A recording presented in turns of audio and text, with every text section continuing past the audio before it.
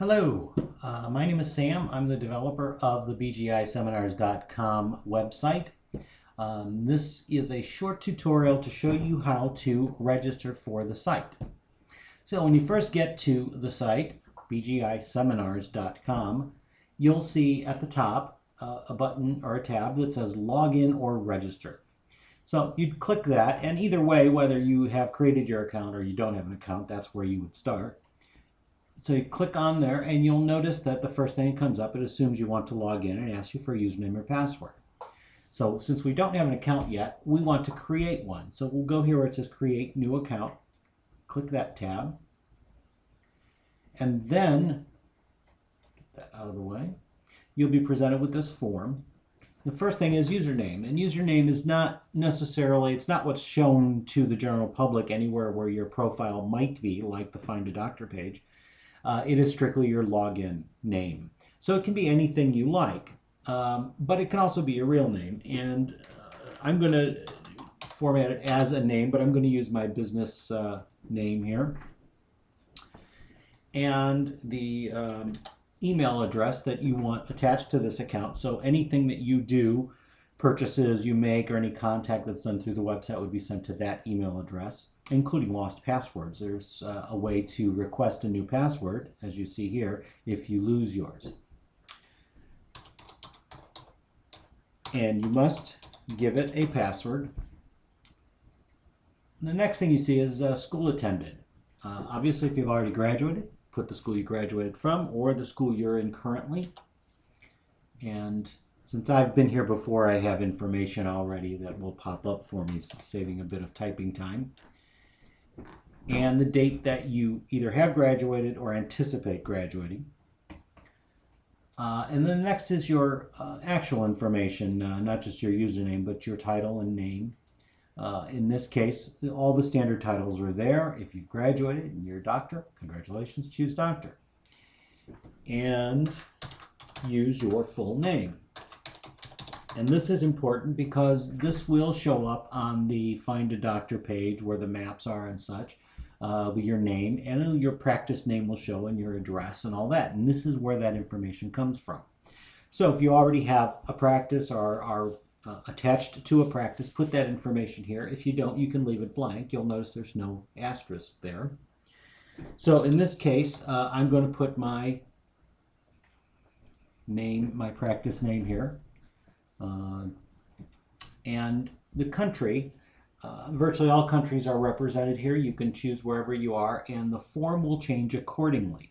So you'll notice here now, if I go to the UK, suddenly everything changes to fit that format. In my case, I'm going to leave it as the States because that's where I am.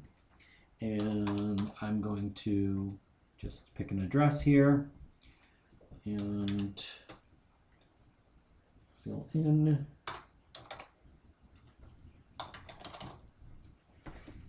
And then we have URL. URL is, again, in that Doctor Finder on the staff page. We use these URLs to link to your practice's website. And that URL is in a standard URL format, http:// so on. But that's not necessarily what's shown. This title is what's shown. So I'm going to make it my company name, my practice name. And this is what they will see with an underline, and that will be the link that will link to this website. And then your practice phone number. And again, if you're not yet in a practice, involved in a practice, or you're a student, please do put a contact number there where those in the office like Stacy can get a hold of you if they need to get more information. If you've registered and they're not sure about something, this is the contact info they will use to touch bases with you. So then create account. If there are any errors, you'll get a red box on the form that'll show you where your mistake was or where you left something out, for instance. We did not do that, so it says it's successful and it shows me as logged in. You'll notice up at the top now that has changed from login or register to log out. But also we have a new tab that says My Account. And if you go there, you can edit any of your account info. And this is what we just filled in. the info with your name, the company name, address, and so on. Address book, when you first sign up, won't have anything in it. Unless you've signed up while you're purchasing something, and then you'll have addresses. Because when you purchase something, you're going to get asked again for addresses. And the reason is that they can be different. Your credit card may be registered to your name at home. And the credit card company will need that information in order to approve the purchase. You may have a separate shipping address if and when we start selling products on the site. You want them shipped. Maybe you want them shipped to your home. Maybe you want it shipped somewhere else, or you have 2 offices. And so all of that can be stored in here, and you'll see it as a list of addresses that you can edit if you have those when the time comes. You can also edit your account.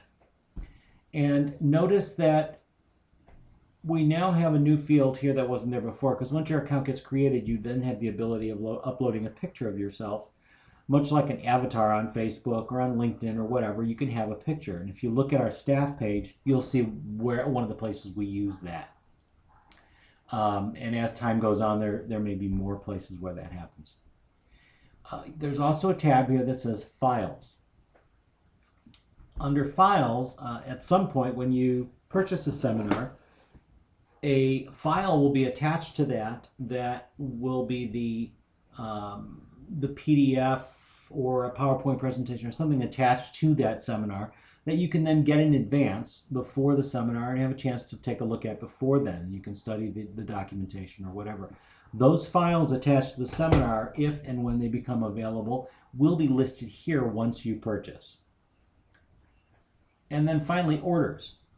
Anything you buy on the site, you'll see a list of those orders here. So in the future seminars you buy, merchandise like DVDs or t-shirts or whatever, you'll see those orders all listed here. So that's the registration method. It's fairly easy once you see it done. Please, if you have any questions, feel free to contact me. Use my info@thebitwrangler.com email address, or feel free to contact Stacy and we can help you through it. Thanks for your time.